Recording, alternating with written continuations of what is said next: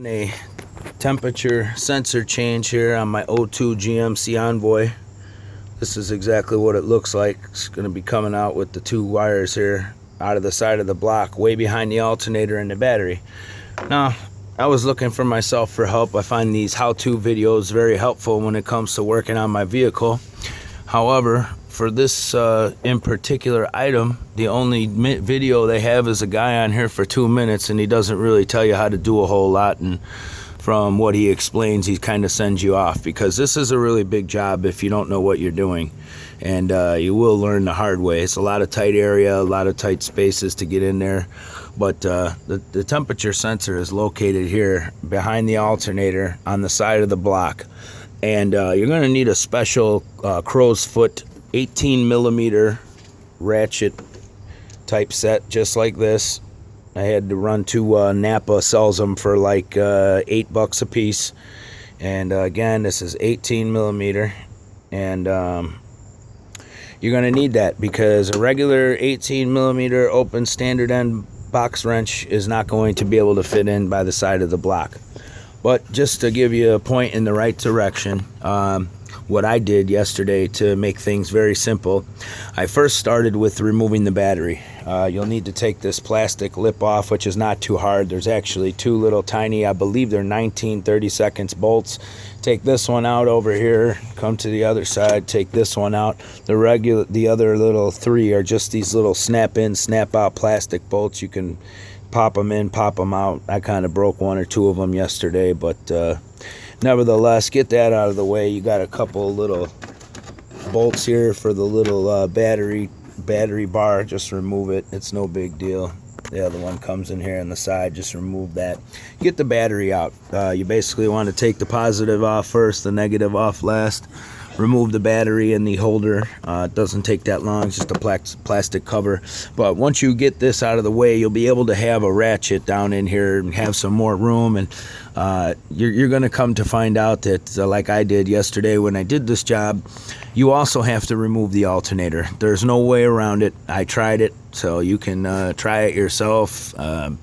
Good luck, because I can tell you that I wasn't able to complete the job until I removed the alternator, which, believe it or not, wasn't very difficult. There's a total of about 6-7 bolts here, 3 for the bracket, 1, 2, and 3, and there's one back here behind here that you can get in from. Once you get out the battery, you can get your 1/2-inch drive with a 15 millimeter deep well socket back there, and you can hit it from there. Once you remove the bracket, it's pretty easy. Use 2 bolts that are coming off the alternator, and they're located right here where my finger is, one of them, and the other one is located right there where my other finger is, right there. See that?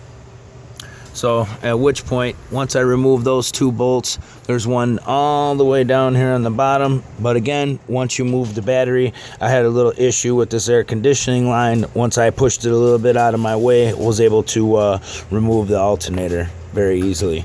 And again, once you get down and remove the alternator, you have a clear shot, and you see the temperature sensor right there off the side of the block. So that's about the best I can show you. I should have done it yesterday while I was doing the work. However, my hands were just too greasy, and it's, again, a big job. You have to come over here with the 3/8 drive, and when you're taking off the alternator, before there's the tensioner right here, you're going to basically put the 3/8 drive right in the little hole right here, and you're going to push it all the way this way towards the battery, and it'll give you loosen up the belt for you to be able to slide it off, so you can get that alternator on and off at ease.